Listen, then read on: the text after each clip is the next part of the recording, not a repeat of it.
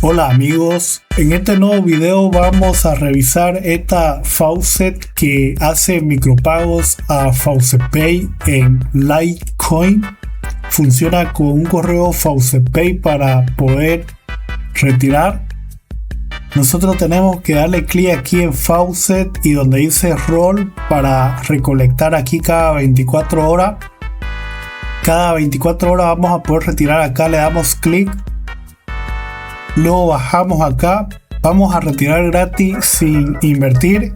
No te aconsejo invertir en ninguna de estas plataformas porque no dura mucho tiempo. Utilicen gratis, retiren a su billetera FaucetPay, junten algo, aprovechenla al máximo.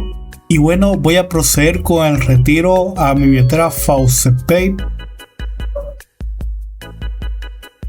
Y se acaba de realizar con éxito el retiro. Vamos a revisar.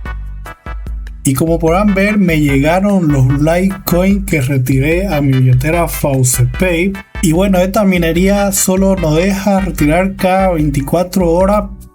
O si invitamos a un amigo que se registre con nuestro link, vamos a poder seguir retirando.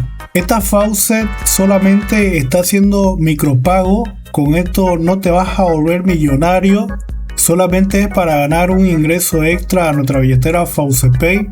Y así está funcionando esta faucet que está regalando micropagos a FaucetPay.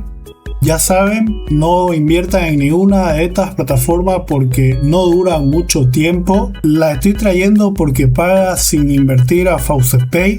La idea es de que puedan juntar algo a su billetera FaucetPay. Muy pronto voy a seguir trayendo más plataformas que hacen micropagos a FaucetPay para que puedan juntar algo a su billetera FaucetPay. Y bueno, eso sería todo sobre este video educativo. Espero que te haya gustado. Nos vemos en un otro nuevo video. Chao.